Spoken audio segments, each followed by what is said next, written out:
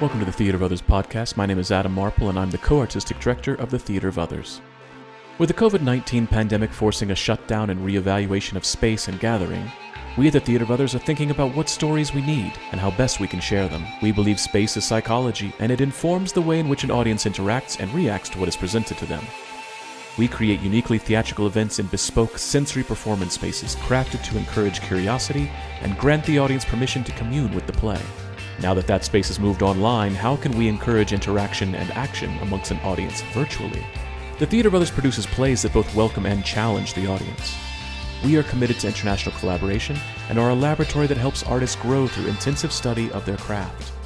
The Theater of Others creates a shared community of artists and audiences for the purpose of exploring the most profound issues of our lives and times. We believe the play watches the audience. The audience is necessary, and they are witness to what happens.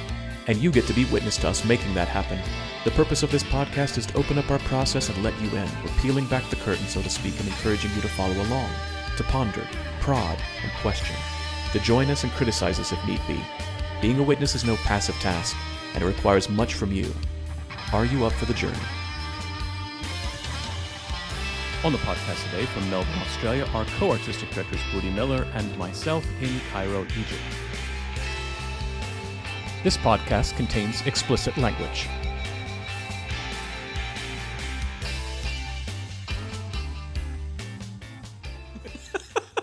Yeah, exactly. Hi, Adam. Hi, Budi. How you going? I'm all right, my friend. How are you? I'm good. I'm just feeling a little tight in my chest. Yeah, man. I was just complaining about my neck as well. Yeah, I don't know what's happening. I just need to do a little pressure here. Oh, nice. I haven't heard that in a while. Haven't heard the screaming from a rehearsal room. I know you missed that, don't you? Ah! What's going on with the theater students? What's going on over there?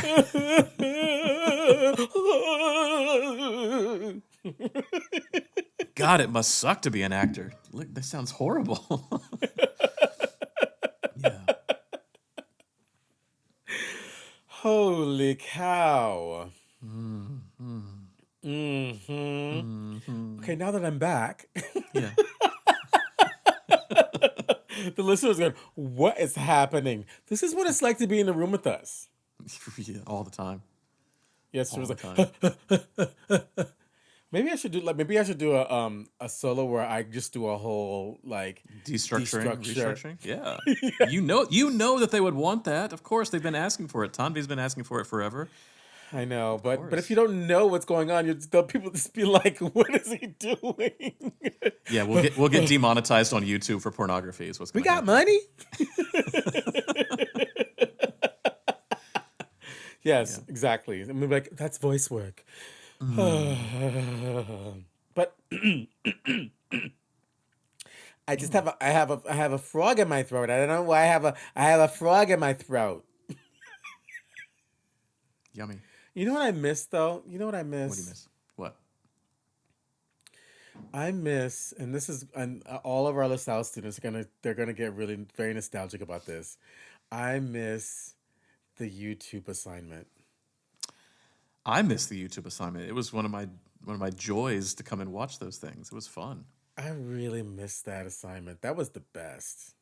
For y'all voice teachers out there, if you really want to like push your students to really doing advanced voice and acting training, I used to do this exercise where students, it was like a rite of passage too. It was the end of your second year, because at the end of your second year, you had a real strong knowledge of phonetics, of really detailed narrow transcription, of really placing sounds in your mouth and performing with different postures of sounds in your mouth.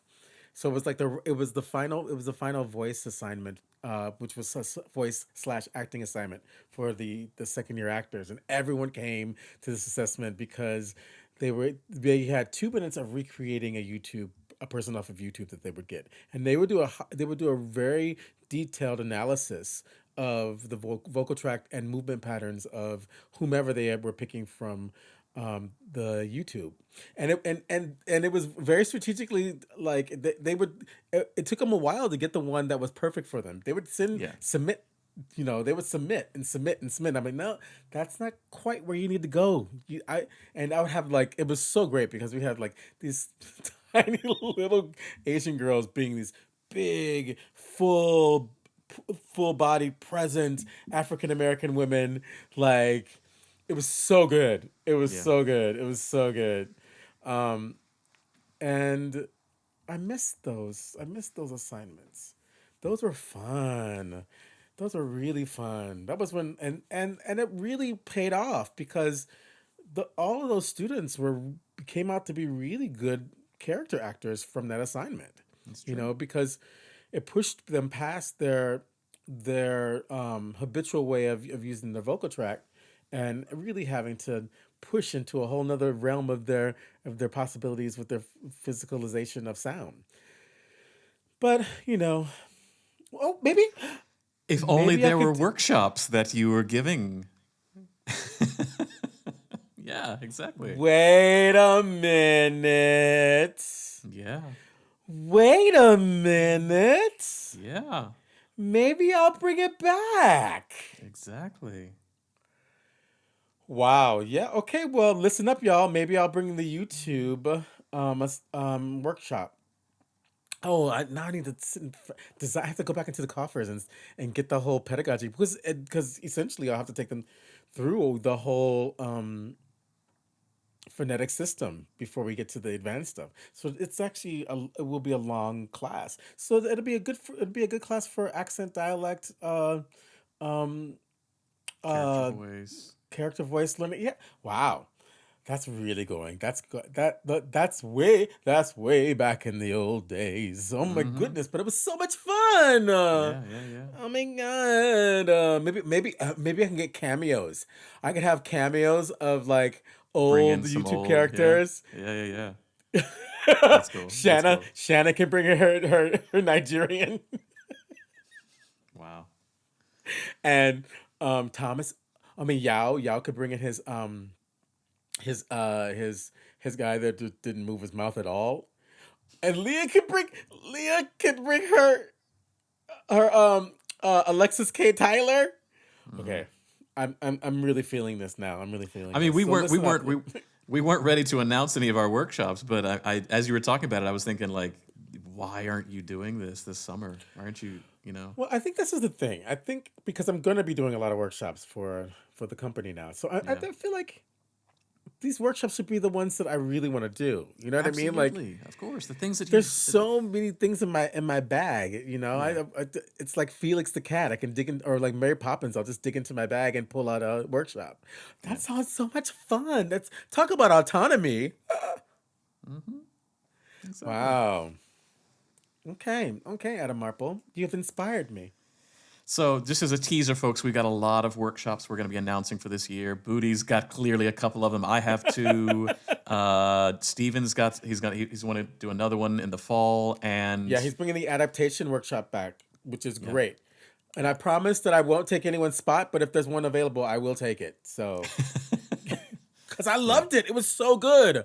yeah. When he gave us the dates, I was like, "Oh, that's so good! It's so good." I was like checking the dates. I was like, "I can do that. I can do that. I can do that." Yeah. And then just a little tiny little teaser. Budi and I are going to be doing something together as well. Just want to put that out in the universe. Yeah. Well, we are doing a theater training in Bali. Theater of What? Others. That's not really a teaser then. You're just going to announce it. Okay. Yeah. I'm not gonna tease. I'm not gonna tease because All right. it's happening. It's Just happening. Do you remember the dates? it's August 19th to the 29th? 29th. I think it's 10 days in Bali. Yeah. Yeah, we're doing it. Yeah, August 19th to the 29th. Yeah. Okay. Theater Yeah. of Others, training in Bali's for so all of y'all that have been wanting to work with Adam and me and the Balinese in our work center in Bali. Now is the time. We're doing it. We're finally doing it. So It'll be on the website. And It'll be up soon. Just TBA, TBA, TBA. TBA. But just to be Start booking your thinking about it. tickets. Yeah. Yeah, come on. And it's going to be a limited number. I think it's only going to be what, 12? 12 to 14. It's going to Something be a like that. limited Yeah. number. You're going to be living in the village with us and training in our philosophy of theater with all the Yeah. wonderful things that we do. Yeah. So hopefully we'll get you who want to work with us there. There's so many of you. Come to Bali, and there'll be more. We'll talk more about it when it all goes up on the website. Yeah. I just had to I just had to drop the bomb because I'm really Okay. excited. Because I am Adam, we haven't. too. Well, this is also where the company was created That's where in we Bali. started. We That's where started we it in the started. pool in Bali. We did. There won't be any pools in your life in our training. The Sadly. closest you'll get is we'll take you to the black sand beach. Yeah. You're gonna work. This ain't no vacation. You're gonna Now, work. the holiday will happen afterwards, so I would recommend staying an extra few days after the training, and so you can sink into Bali and have your experience after going through the intensive with us. Indeed. It's Speaking gonna of be so good. announcements, speaking of Yes, announcements, more, we more. we we have more announcements. Yes, of course. So those of you listening to the podcast, you will have noticed my voice before any of this even began, talking about the Audio Play Festival 2023. Yes, I too am an ancestor. I too am an ancestor. Yes, we're really excited about this prompt, this theme, and the third version of this, and third time's the charm. We've had some great submissions, and we've had some really good processes where we are upskilling everything, and we're expecting so much more from our audience of listeners and our participants as well. Yes, so you can go to the website, theaterbrothers.com. You can find all the information of submissions there. It's April 1st. Your prompt is due, your idea is due, and we will spend that time and we'll get back to you soon so that you can start writing. You'll be working with Stephen Galtney, coaching Mm-hmm. you, doing dramaturgy with you. You'll be working with Budi, working to help Yes, cast the actors and helping them yes. to understand this medium in front of a microphone and how it is a very different style of acting. Look at that. You'll be doing more voice work with me. There you Ah, go. There you go. You'll be microphone. You'll be working with me to figure out how to direct for this medium, what pacing and tempo can be in this, how to use space in a way that makes sense around a stationary object. And then, of course, our wonderful Jack David Burmeister, who will be taking you through the technical process and also all the beautiful, beautiful design elements to make your play shine for Yeah, huh? 2023. Especially if you need those stereo sounds of JDB. You got them. Tight, tight, tight, tight, tight, tight. Yes, and so the plays will all be released November of this year. We've had them released in September in the last couple of years, but we're going to push it back a little bit more, give it a little bit more time for our writers and the rehearsals. November 2023, they'll come out on the podcast, and of course, we'll continue to have the interviews with the playwrights and promote the hell out of them and really hear some wonderful, amazing work with the theme, I Too Am an Ancestor. Mm. Cha-ching. And for you, Adam, what does that theme mean to you? I too am an ancestor. How does that resonate for you? If you were going to write an audio play and that was your theme, what Yeah. would interest you? Well, it turns out I am writing an audio play, and it fits in that theme perfectly. So I'll just talk about what Oh I'm working my on. God. um, for me, it automatically makes me think, obviously, of ancestors of my past and how I am standing on the shoulders of, my mother, my father, my mother's mother and father, my father's mother and father, my father's mother and father's father and mother. That whole lineage that goes back until the point where there's so much intersectionality between people that I'm actually connected to everybody. So my ancestry is actually the human race and I'm a part of that. But I am too an ancestor, meaning that I have to be thinking generationally ahead of me, meaning that the choices that I am making in present are affecting the future already. We know this. I mean, as climate change is happening, as social justice is happening, the choices that we are the choices or the non-choices we are making right now are already affecting the future. We're talking about, oh, my grandchildren are going to inherit the planet. not just your grandchildren, not just your grandchildren, your DNA lineage going forward. There is plastic. They're finding plastic inside of cellular parts of our body now. It has gone through the placental barrier from the mother to the child. So we are talking literally DNA lineal change that is happening currently for the We're going. plastic now. We're turning into plastic. We are turning into plastic, or we are. Plastic is now part of us. See, So I knew it. That's where my psoriasis is coming from. It's all that plastic in my skin. yeah, there you go. It's not so far a scientific link between those things, but you just know it. I just It's know. a scientifical link. It's a I scientifical can't prove link. it, but I know. That sounds I a little can't bit prove it either, but I know. It sounds a bit biased, but okay, yeah. Well, look, I happen to be writing a play too. I happen to be writing a 5-act play that I created from our adaptation playwright workshop. Oh my God, it's just all coming together. I am a better artist just by being a member of this company. Oh my God. I mean, I would hope so. I hope it wouldn't be the opposite. Say, Yeah, oh my God, that theater company is really taking my art away. Yeah, my artistry's really taken a nosedive since joining it and Oh starting my it. God, really? Seriously, do I have to be in that theater company? Can we It doesn't. podcast?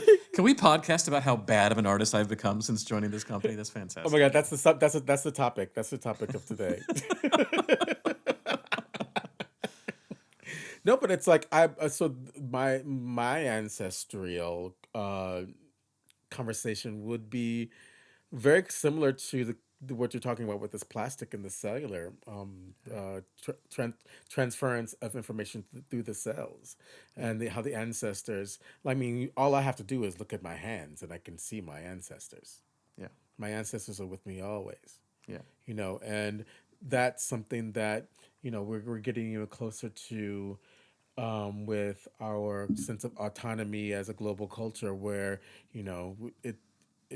my intersection is what matters, and the more and more we come into that narrative, become closer and closer to our ancestors, you know yeah. and for me, like when you're saying I look more and more like my ancestors, I was like, I know I do. My look was going for that today. I'm wearing my Kango today, y'all. But not only am I wearing my Kango, my afro puffs are coming out the sides. Like, it's like I feel like my uncles back in the day, which makes me feel really like empowered and powerful. Mm. I'm not that little sprite, little, like, gazelle that I used to be. Now I'm like a hound dog, baby. I'm a hound dog. Mm, mm-hmm. Yeah. Hound dog. I'm surprised that Obama's not barking now with my Yeah. my beautiful bark. He's gotten used to it. He's gotten used to you and your Yeah, craziness. he's like, oh, there's my dad. There's my dad. Yeah. There's my dad. So there you go, y'all. There's some influence for you to think about.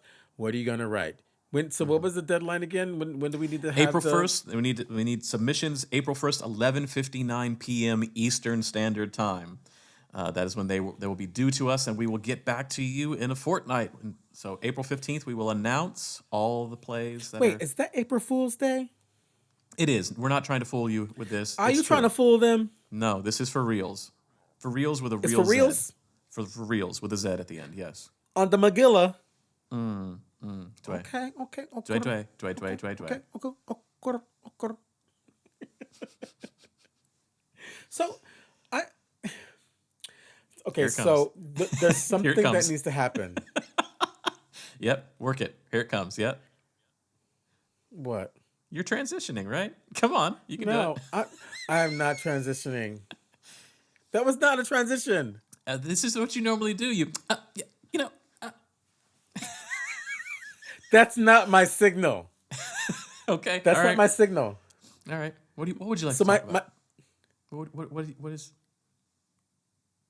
I want to talk about Pop Tarts. Okay, great. Inspired minds want to know what your feelings on Pop Tarts are. I want to talk about Pop Tarts. Great, go for it. Do you like Pop Tarts?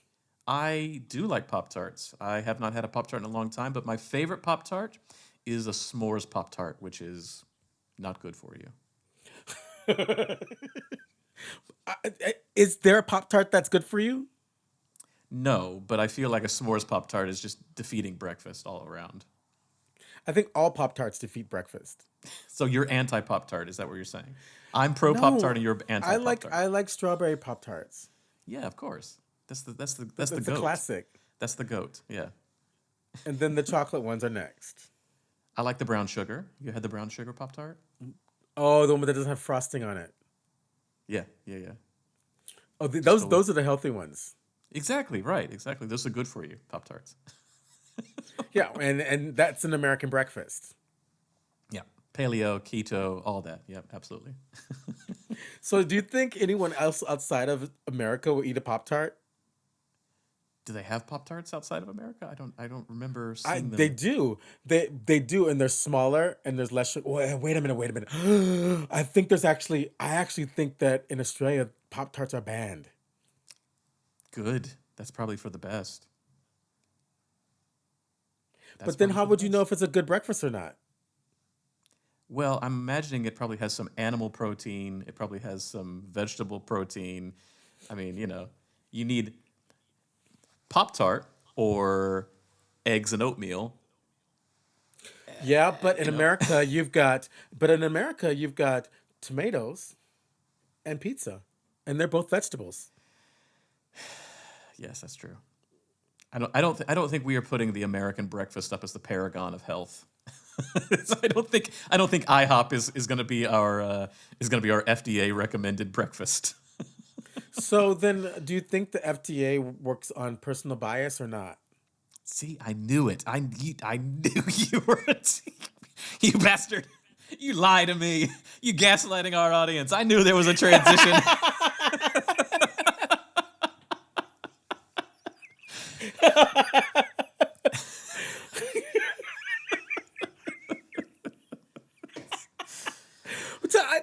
Look, I don't like being called out. Don't call me out in public, okay? Don't call me out. Don't get my signals away. Don't get my signals away. Okay, all right. Anybody who listens knew that it was coming. They saw it as well as I did. Oh, police. What are we talking about today, Adam? We're talking about personal bias in the creation process. We're talking about bias in the rehearsal room, bias when reading a play, bias when critiquing a play. How can you get away from your personal bias? Is there ever a way to get rid of your own individual thought process and be truly objective? That's what we're talking about today. And is there a way to work on that? I think Yeah, is the other kind of question inside of that yeah, of like, okay, how do I actually get past my personal bias so that yeah, can do this work? Because I yeah, think personal bias also means, do I do this work or not? yeah, yeah. And can you? And this is when you brought this up, I was thinking, do I have to like something to appreciate it? Do I have to like something to give an objective opinion about it in terms of the overall scope of things? And if I do like something, then am I being objective as well? So is true objectivity a possibility in this world? And I think that's a difficult conversation. But the question is like, it also goes back to why. Yeah, Why are you doing this, right? yeah, yeah, But so say that we've already gotten past the why. okay, Okay. So we have to get past the why we're doing it. We're doing it. For yeah, some reason, we've decided to take on this project, whether as yeah, an actor, whether as a director, whether as a writer. I mean, even a writer, right, or a mm-hmm, designer. mm-hmm. We've taken on this project, and a great show to attach it to is A Christmas Carol. We said yes to A Your Christmas Carol. favorite, your favorite, yes, exactly. My favorite. Yeah, So we've said yes to A Christmas Carol or something like A Christmas Carol. 'Cause the reason why I bring up A Christmas Carol is because I don't think A Christmas Carol should ever be done again, unless it's like City Company where you're really going up against it, like what they did with Oklahoma, like Oklahoma being put in a contemporary kind of rejudging of the story is interesting to me. But if we're gonna go for a good old A good old fashioned Christmas Feel Carol. good, feel good. Don't think too much about it. Just holiday entertainment. Yeah, God bless everyone, right? yeah, So you can already hear my bias coming through my tone, yes, yes, right? So how can yes, I even enter a project with this kind of tone? You know what I mean? It's like, oh, I've got to do a Christmas Carol. We're doing a Christmas Carol again this season. right, Whoopee! You yeah. know, it's like, how do you the can you be unbiased in your 10th season of a Christmas Carol? I mean, I think we're talking two different things here. One, Okay. I don't think artists should be unbiased about work that they're doing. I think they should be absolutely in love with what they're doing because Mm. to get up every single morning and be passionate about what you're doing is going to get you through the shit times. However, Phantom ran for 30 years. And there were people, Phantom of the Opera ran for 30 years on Broadway, and there were people who were in the original company who graduated to more mature characters, had children who were also in it as well. Are they going to be passionate about that What? every single day? Oh my God. Yeah. So there's clearly not going to be, oh my God, I get to wake up and do my 3,000th performance of Phantom of the Opera today. There's not going to be that there. So there's going to be more of it's a job. And a lot, I feel like, You hit it. You hit it right. You hit it the nail on the head. That's exactly what I was yeah. thinking as well. It's a job. And It's a perfect way to explain that. I feel like a lot of times Christmas Carol is just for an actor. This is a job. I will get my equity points for the year so I can keep my insurance. I'm not Yep. passionate about this, but I am passionate about not, having a broken leg and not knowing how to take care of myself. So it becomes a different thing. But, but, I feel like other projects have to have complete bias, have to have complete buy-in, have to have complete kind of those things, which is why I think we kind of rebel against the idea of doing Christmas Carol because it just feels like a job. Hmm. And we don't want our work to feel like a job. Yeah. We don't want our when I say work, I mean like our calling, our occupation, our reason for getting up in the morning versus like, well, I've got to go make the donuts. And if I don't make the donuts, then the donuts aren't going to be made. And then, 3 p.m. I can be done doing my job. Like that's just the thing that I do between 8 a.m. and 4 p.m. is a job. Well, I think But it's about if you put it but also if you put it in the realm of a skilled worker, yeah, yeah, like a carpenter, yeah, there's some projects that are really exciting. You know what I absolutely. mean? Like, oh man, I got to build a whole like table unit that goes inside a very specific part of the wall, and they want a wheels, like you know what I mean? And then Hmm. you just get like, I had to build a chair. I had Yeah. to, just make sure that the door handle was fixed. It's like, Is it asking you to do more than what you normally do on a daily basis? Is it asking you to step outside of your very niche skill set of yeah, I can fix a door jam. That's easy. I get called in to do that all the time. Versus right, but I want you to actually craft a door that's an oversized door that has the ability to go in and out. And like oh, then I actually have to think about it. I have to upskill myself. I need to do a little bit of research. I gotta uh, find new tools. Like that's all what we're talking about in terms of occupation versus job. Yeah. which is it's interesting because that's the conundrum that many actors deal with is, am I a skilled worker Mm, or am I an artist, yes, and right? yeah, And when am I deciding to be a skilled worker and when am I deciding to be an artist? yeah, When do I have the choice, right? yeah. Because then we also Right, deal with choices, right? I may right. not have the at this phase of my career the opportunity to be an artist. Yeah, I have to just be a skilled worker. yeah, yeah, And not everyone gets to be the Academy Award winning role. yeah. Sometimes you got to And be if in you that do, it's Dorito not every commercial. single performance, right? Yeah, Yeah, sometimes you have to do the commercial. Sometimes you have to be the background. Most yeah, of the time, you're in the background. Not you're a contributor to the whole. yeah, So it's like if you're not in a privileged situation where you have that kind of control of your career and the projects that you do, there are those moments where you're a skilled worker Yeah. Yeah. and you're making sure that your bills get paid. Yes. You got that insurance. Because it was You got like, to pay the gas do I bill. get, do am I a bagger at Kmart or do I do this fucking Christmas Carol? God, what a choice! What a Whoa. choice. Yeah, exactly. I mean, is that really a choice? Would you really choose Kmart bagger over Christmas Carol? You hate it that much? I would not. I would not. I would. I'd fucking shuck my Christmas Carol. I'd be shucking my Christmas Carol every Christmas. I'd rather shuck a Christmas Carol than a shuck an oyster. But I mean, there's not a lot of choices around the December, November time period for plays. So you either do a Right. Christmas Carol Exactly. or you don't work for 2 months. I mean, what are your Right. choices there?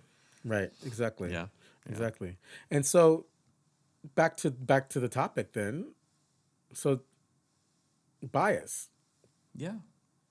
I mean, I mean, I don't think that my personal bias on how I think about musicals is unknown to this audience.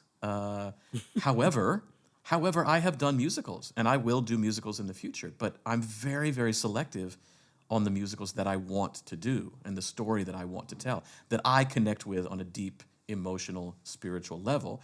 And then the rest of it is just crap, in my opinion, in my very, very biased opinion.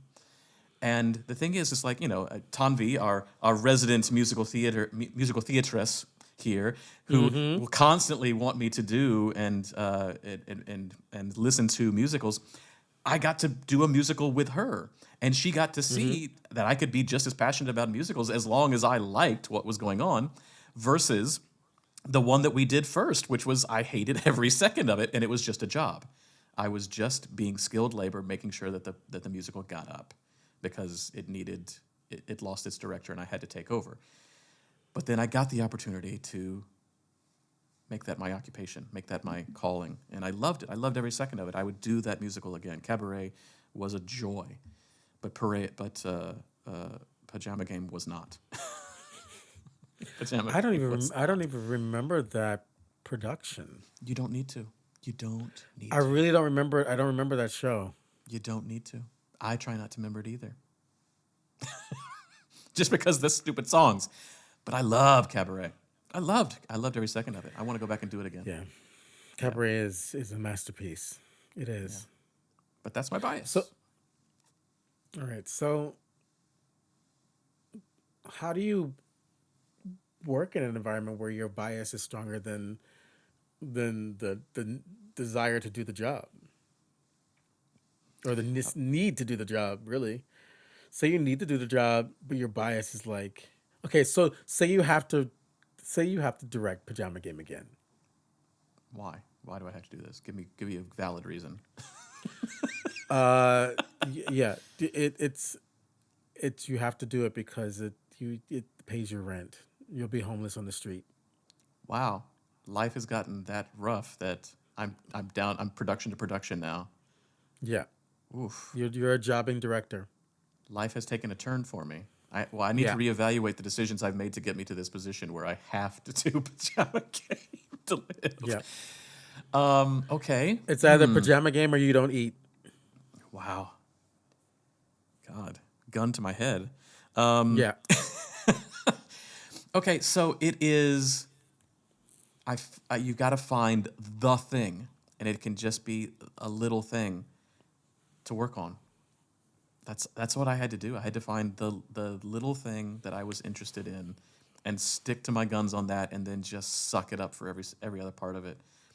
I am, I know well enough what my skill set is to know what I am good at, what I am not good at, how to delegate to those who are good at those things, and I know I can stage. I know that I can create. I know I have craft. That's the job part of it. That's the skilled worker part of it.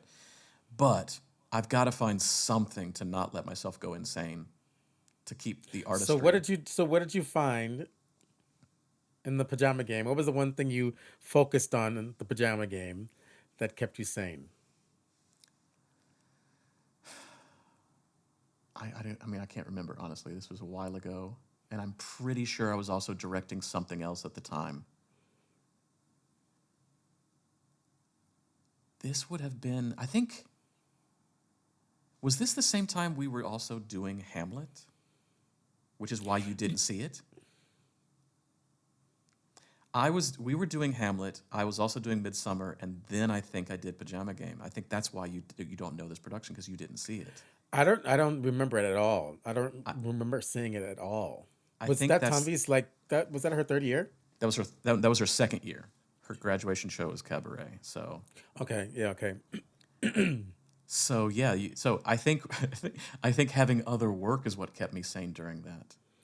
I let my artistry be somewhere else while I just jobbed Pajama Game. That makes sense. That's fair. That's Yeah. fair. But do you know what I do? What do you do? What this is? I just care about the different individual moments.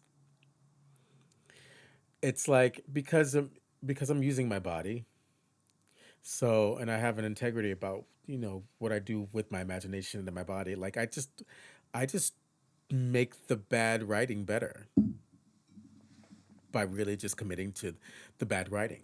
Like for example, like you really going into the punctuation. If the punctuation is like really shit, right? But I'll just use it as like they intended it to be this bad. So I'm going to use the punctuation for how it's written. I'm gonna use it how it's written. Because then it gives me a choice. I just remembered what it was that I focused on. What was it? I focused on the source material. The source material is called 7.5 cents, and it's a very pro union, pro labor short story that was turned into this really kind of fuzzy musical. And I focused on the labor dispute. I just focused on telling the story of workers coming together, all these people coming together, singing for some ridiculous reason, but coming together to fight Singing for their because they had to rights. sing. Because the Right, of emotion's course. so big they had to sing. Because the picnic was so amazing today that we've got to just sing about it. Um, Yes. but I focused on a community coming together. That's what I remember now. A community coming together to fight for better rights for themselves, and I just kind of focused on that, I mean, which is that's something to fight for. That's something it's to yeah, work for. it's a And larger and metaphor for the ensemble, larger metaphor for life. Yeah, what a fun way to give value to something that your bias says has no value. yeah, yeah, yeah, You know, and then it's like, and because I think that's for me is where my integrity comes into play there. Like it's like, okay, well, there's only so much that I have control over, but what I do have control over is the choices that I make. yeah. And then I can either just go, well, fuck this work is gonna be shit, and then it just and you know what happens is then you're shit, and then that's on you, Yeah, yeah, right? yeah,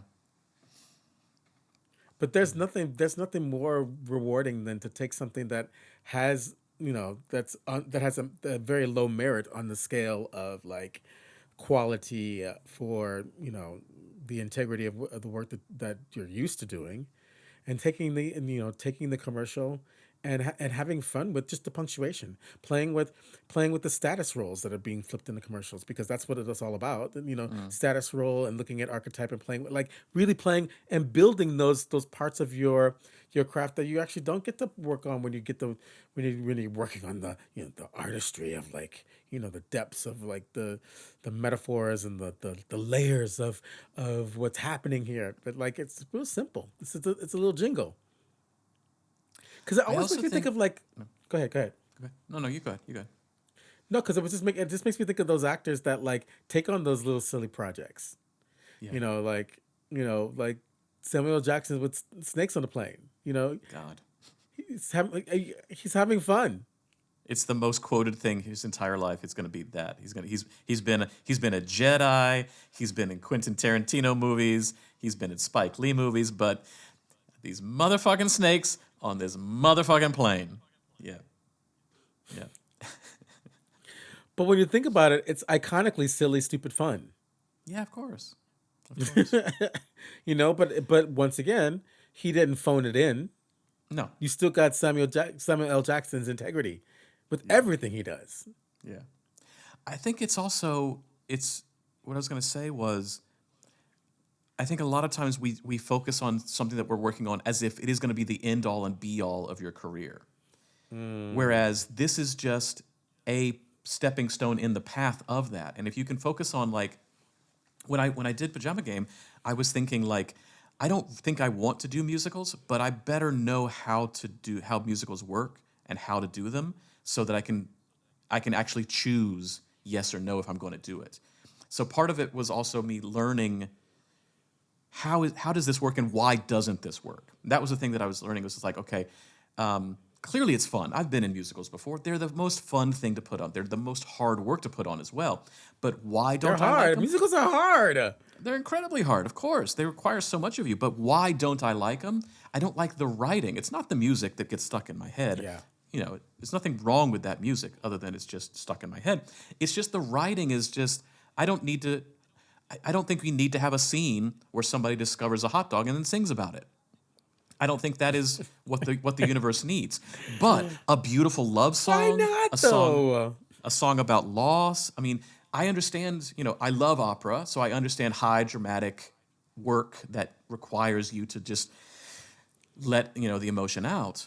But I can understand Adam, the craft of a what good is crafted. hot dog song. Come on. If it's a good hot dog song, No, there's never been a hot dog in the history of mankind that requires a song to be sung about it. I think there is a hot dog that's good. If you fasted, have you ever fasted? Yes, we have Ramadan coming up again. Yes. Do It's you a know couple how weeks away. delicious food is? Think about those burgers that you eat after a Ramadan fast.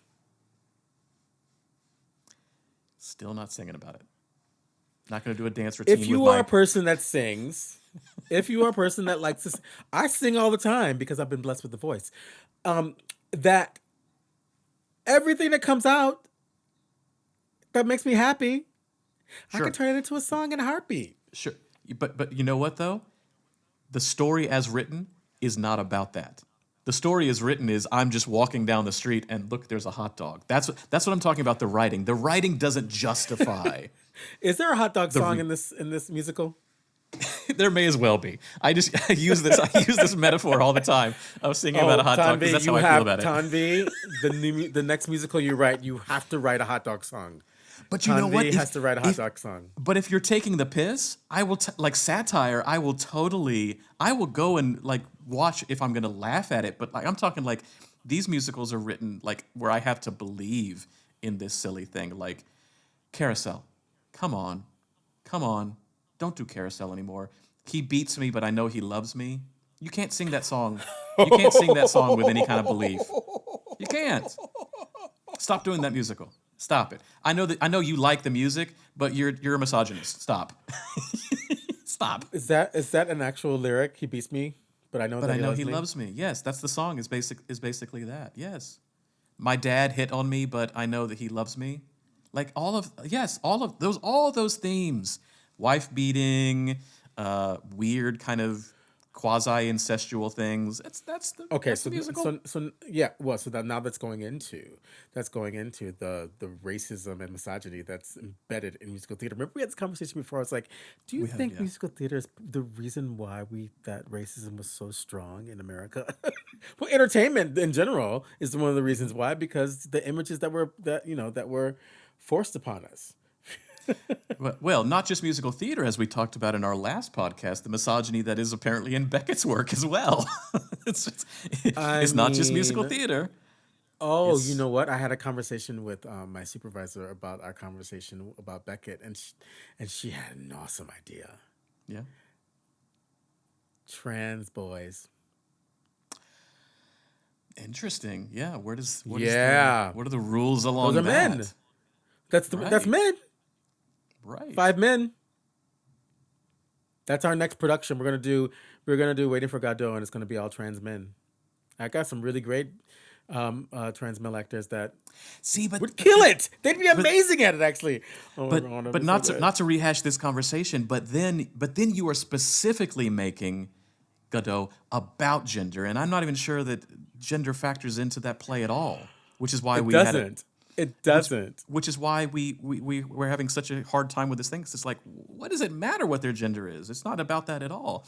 But I think then you would be making it specifically about gender, and I'm not sure that there's anything to pull out of the play that would benefit that. I don't know. I don't know. I don't want to rehash that Well, conversation. it's just a state. It's a basic statement to Right. the Well, of course. Yeah. It's like, estate, right? fuck, That's the way fuck, you can fuck you, Beckett Estate. I'll show you. fuck the So estate. Fuck the that's estate. yeah.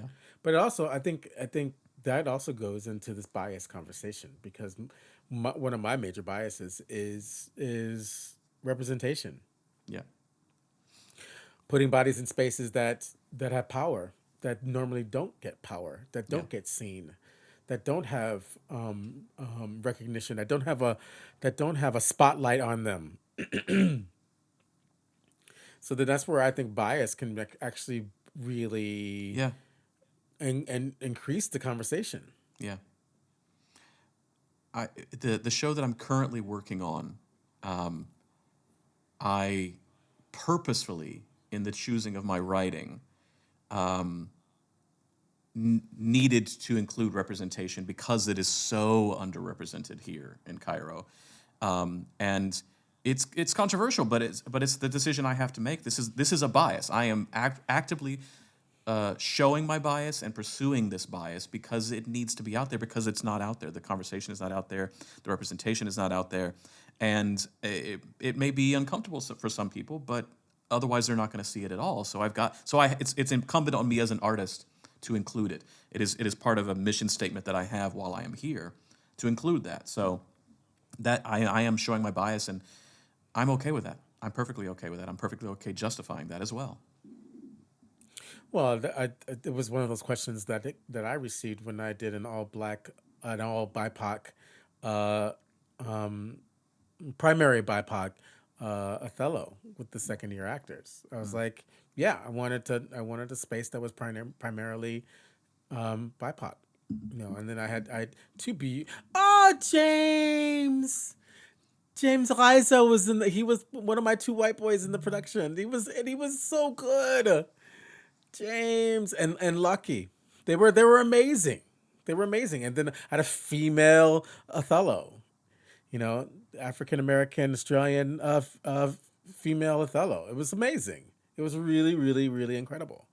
And and where my bias was questioned, and I was like, yeah, but I think this is a really great place for us to play with these things, so that we can give uh, actors with bodies and cultures that don't normally get to be in these spaces, Mm. and it was cool. It was really cool, and I mean, it was a beautiful production, and everyone got a lot out of it, and they were so motivated by being able to have their own space, and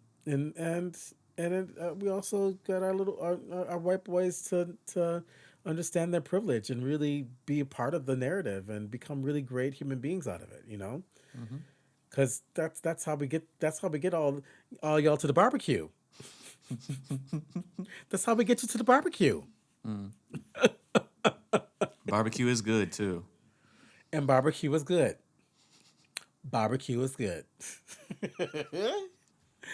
Have you seen my post with Auntie Bev speaks? Yes, I love her.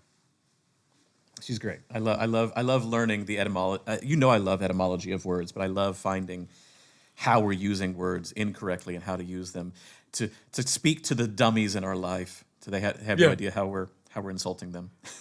She's so gangster. Auntie Bev is gangster, man. Yeah. She's like, and it's wherever she's at, she's testing people, Hmm. And because it's Black History Month, she's been doing like all these um uh uh like the one with the. Did you see the one with the ice cream music? I saw it. But I didn't listen to it, but I saw what it was. Yeah, Yeah, the ice cream music, and then you also had picnic. She talks about picnic picnic. and how it's a Yeah, French word, yeah. right? So like she's awesome. So y'all need to like go and like add Auntie Beb speaks on your Instagram. She's awesome. She's Yeah. awesome. Yeah. Because she has a very clear personal bias, and that is use the right word. I Right. mean, what I love about it is like she doesn't say certain words you can't use. Like she even uses like naughty words. She puts like trigger warning, like naughty word coming. But like she's saying this is how you use this word. If you're gonna use it, If you're use it gonna, properly. yeah, don't be ignorant while using this word. Be smart Yeah. about using this bad word. Yeah. So it's so deadly. It's so deadly. Yeah. So I think we should take a break and come back with some provocations. What do you think? Sounds good. Sounds good. Great. So, ladies and gentlemen, and non-binary conforming individuals, you're listening to the stereo sounds of JDB, Jack David Burmeister.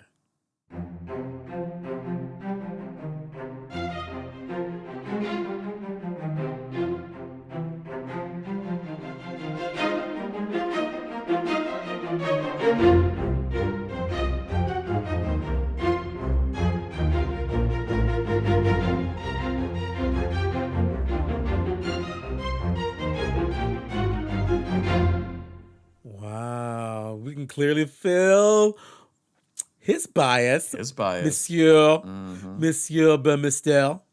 We know what you love. What is he? Yeah. What has he devoted his life to? Why do I feel like I'm in an epic movie right now? Like it's like we're flying through space. You can feel the avatar Yeah. coming underneath it all. Of course. Yes. Big movie magic, y'all. Big movie magic. Jack David Burmeister. So, Adam, Yeah. do you have any provocations? I do. I was thinking during this conversation, Joshua Waterstone, good best friend, Joshua Waterstone, part of the company. I remember he took me out for dinner one night when I think I must have been 15 or 16. And he took me to Was this. there fish on the plate? Well, there was all kinds of things on the plate that I couldn't identify. So he took me out to a Korean restaurant, a hole-in-the-wall Korean restaurant. And I just looked at the outside of it and I thought, ugh, this is going to be dirty and gross. And we get inside and there's just smells that I can't identify. And I'm looking at a menu and it's all misspelled. So like there's Weiss crab and pork cock and just like things that are just completely wrong. And then there's Pork of course cock. What does pork cock taste like? I'm not going to talk about it. And then, of course, their star menu item, Bim Bop. What the hell kind of a name is that? And I remember eating it and just thinking it was, why, Josh? Why would you bring me to this place? This is horrible. And I remember probably how uncomfortable he was with how much fun I was making of it because, like, obviously he loved it. And Clearly, you're a racist. clearly, I was a racist. Now, of course, we would go to Korean barbecue all the time in Singapore. All the time. I love Korean food. I absolutely love if it's a hole-in-the-wall place that's still open after years, then it must be good. You know, this is what restaurants are like. And I just remember having that bias of being, you know, a meat and potatoes Southern boy who had never had any kind of ethnic food at all, and my cultured friend Josh trying to take me out to a Korean food restaurant, and I'm just like, meh, meh. And now, of course, I've eaten all over the world, some of the finest cuisines, some of the worst cuisines, some of the grossest things, some of the tastiest things, and just how my bias has changed that I am open to eating everything. And people are saying, but Adam, you don't eat fish. Yes, but I have been to Michelin star restaurants and I have tried the fish. I'm not going to like fish. I've been to Narusawa, one of a 3 Michelin star restaurant in Tokyo that was super expensive, the best sushi in the world. I don't like it. It's just not going to happen. So stop it. So I know what my biases have been, and You're violently allergic to the taste of fish. I'm violently allergic to the taste of fish. It's just not going to happen. So stop trying to ship it.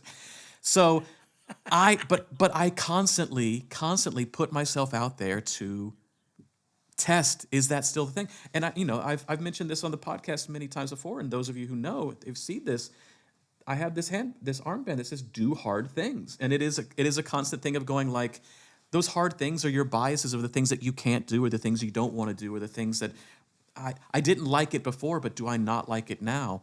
I didn't like fish. I don't like fish. I didn't like Korean. I love Korean. And imagine what my life would be if I just decided I didn't like Oh Korean my and I was done God. with life, you know? You missed some of the best food on the planet. I'm sorry, Right. Asia. Sorry, Asia. Asia has the best food on the planet. Oh, I'm hands down. sorry.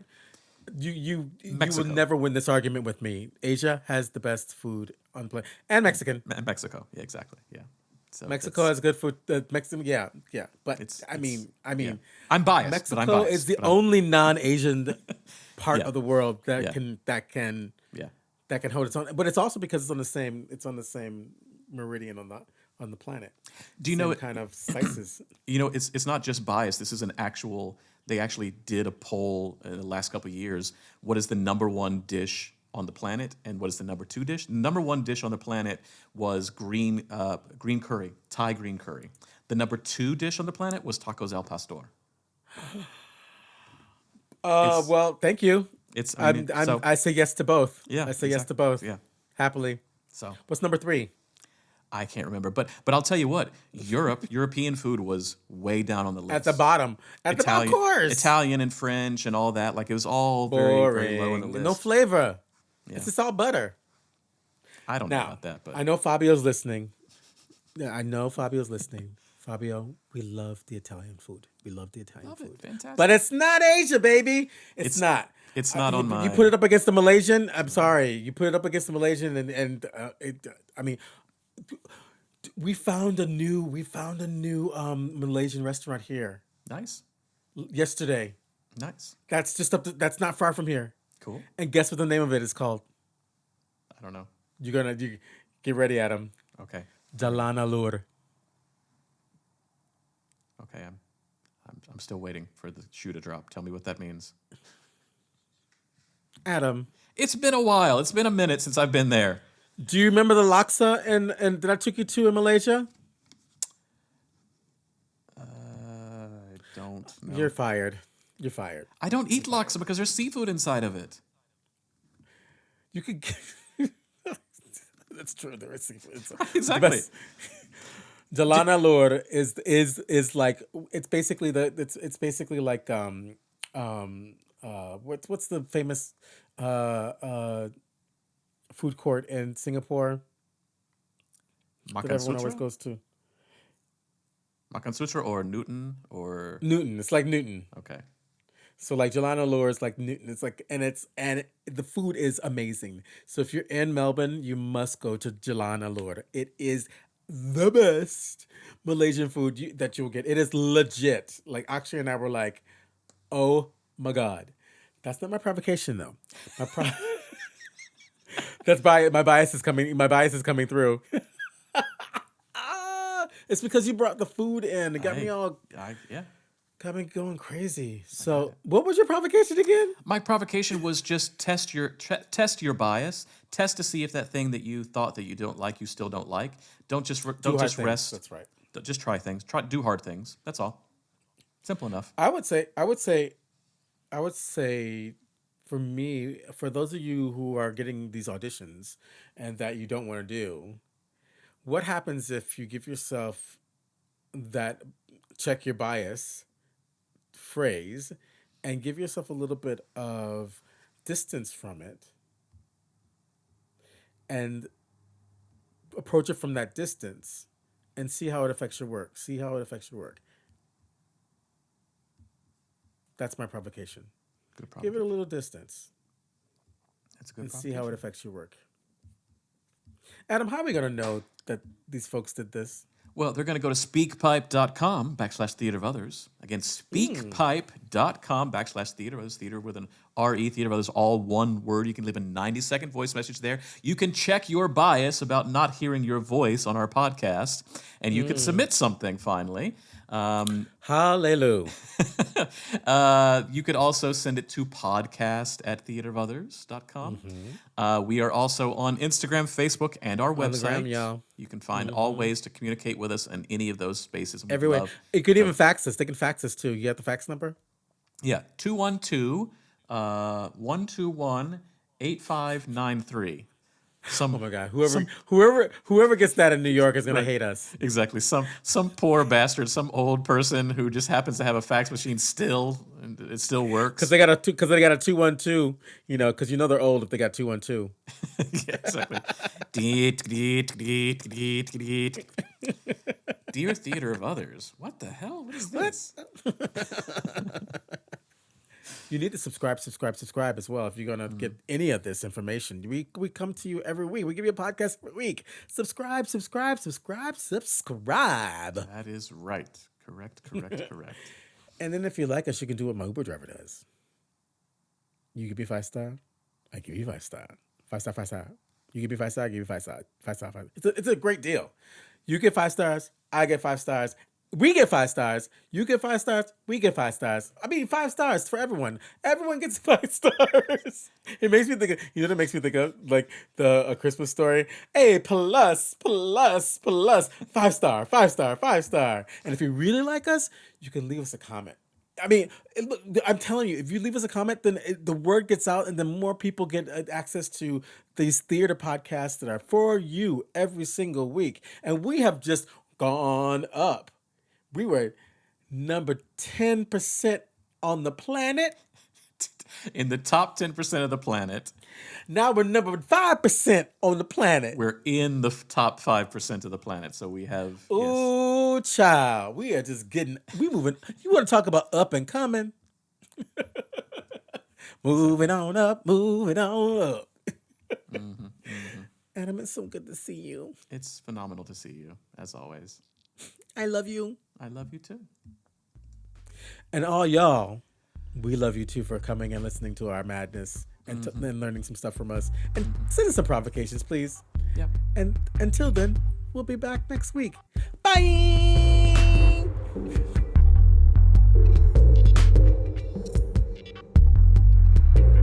Thanks for joining us this week on the Theater Brothers podcast. Make sure to visit our website, theaterbrothers.org, where you can subscribe to the show in iTunes, Stitcher, or via RSS, so you'll never miss a show. While you're at it, if you found value in this show, we'd appreciate a rating on iTunes. Or if you'd simply tell a friend about the show, that would help us out too. A special thank you to Purple Planet for the music you've heard. The Theater Brothers creates a shared community of artists and audiences for the purposes of exploring the most profound issues of our lives and times. We believe the play watches the audience. The audience is necessary, and they are witness to what happens. And you get to be witness to us making that happen. The purpose of this podcast is to open up our process and let you in. We're peeling back the curtain, so to speak, and encouraging you to follow along, to ponder, prod, and question, to join us and criticize us if need be. Being a witness is no passive task and requires much from you. Are you up for the journey? Be sure to tune in next week for our next journey.